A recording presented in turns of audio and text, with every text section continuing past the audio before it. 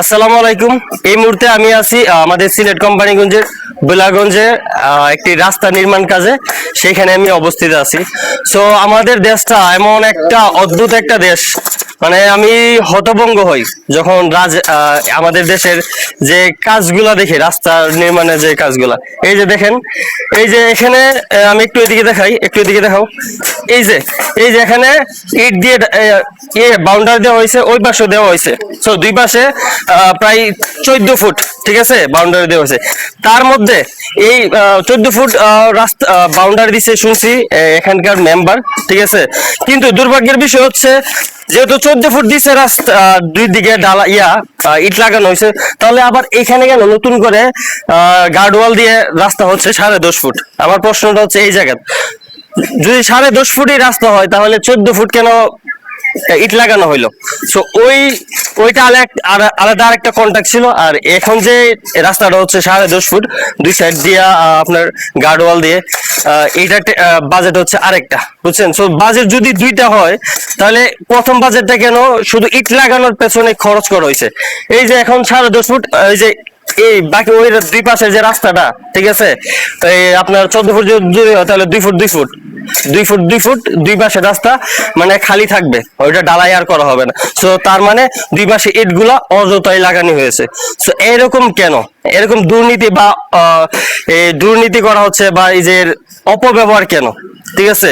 So বিশেষ করে আমার কাছে মনে হচ্ছে যে আরেকটা অদ্ভুত বিষয় আপনাদেরকে বলি, যে এই রাস্তাটা 800 ফুট হবে আপনার ঢালাই, ঠিক আছে, ঢালাই হবে। ঢালাই ভাই, ঢালাই কয় ইঞ্চি? 8 ইঞ্চি, 7 ইঞ্চি ঢালাই হবে।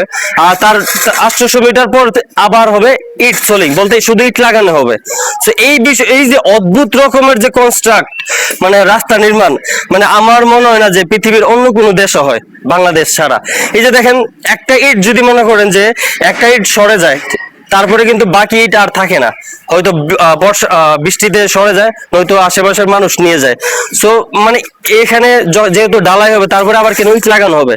এইটার এই যে কন্ট্রাক্টের যে তাদের পরিকল্পনা রাস্তা নির্মাণের, এটার আমি প্রতি নিন্দা জানাই এবং ঘৃণা জানাই এই ধরনের যে পরিকল্পনা।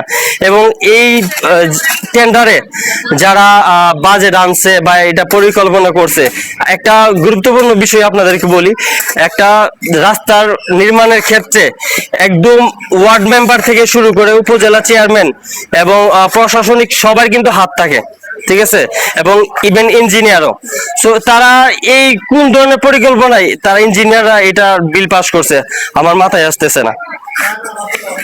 এই যে এখানকার এলাকাবাসী সাথে কথা বলছে কি না সেটাও আমি জানি না। যে কোনো এলাকায় যদি কোথাও রাস্তা নির্মাণ করা হয় বা করার আলোচনা হয়, তখন কিন্তু মেম্বার সহ এলাকার যারা মুরব্বী, তাদের সাথে আলোচনা করা লাগে, এই রাস্তাটা কতটুকু করবে, কিভাবে করবে, এই ধরনের আলোচনা এখানের বোলাগঞ্জের মুরব্বী বা সচেতন নাগরিক, তাদের সাথে কথা হয়েছে কিনা আমার কোনো আইডিয়া নাই, ঠিক আছে।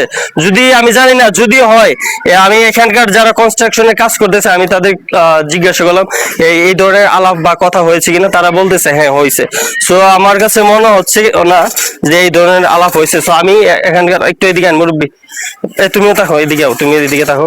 সো এই যে এখানে আমার পাশে দুইজন আছে বোলাগঞ্জের মানুষ, স্থানীয়। সো ওনাদের কাছে আমার একটা প্রশ্ন, এই যে ইট লাগানো হয়েছে আপনার ওইদিকে টোটালি 14 ফুট, ঠিক আছে, দুই পাশে।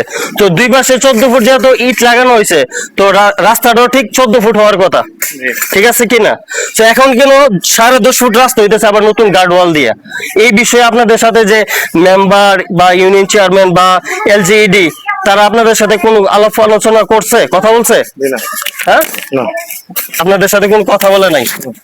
তো এই যে শুনতে পারতেছেন, এখানকার এক স্থানীয় লোক, ওনাদের সাথে কোনো কথাবার্তা হয় নাই।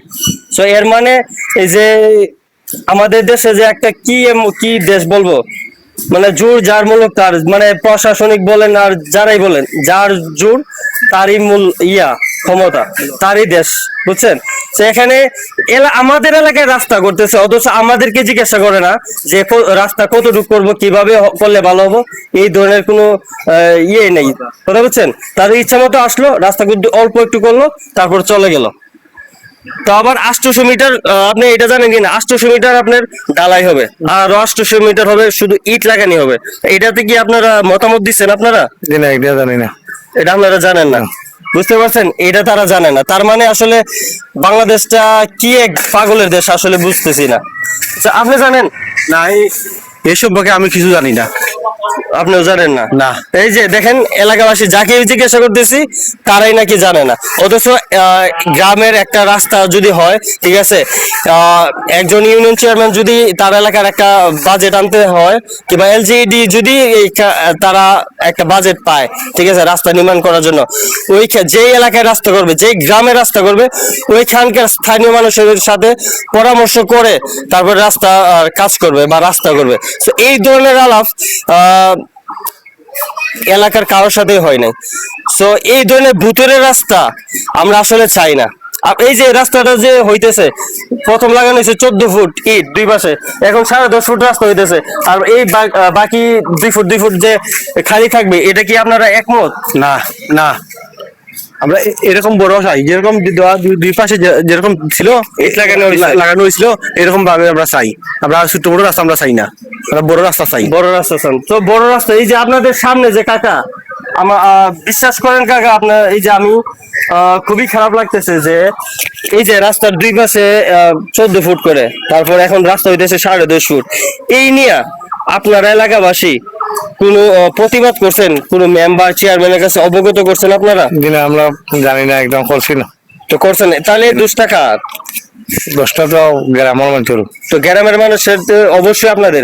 আপনারা এই অন্যায়ের প্রতিবাদ যদি না করেন, কোথাও দুর্নীতি যদি হয়, সে দুর্নীতি প্রতিবাদ না করেন, তাহলে দুর্নীতি কিভাবে দেশ থেকে যাবে সেটা বলেন আপনি আমাকে।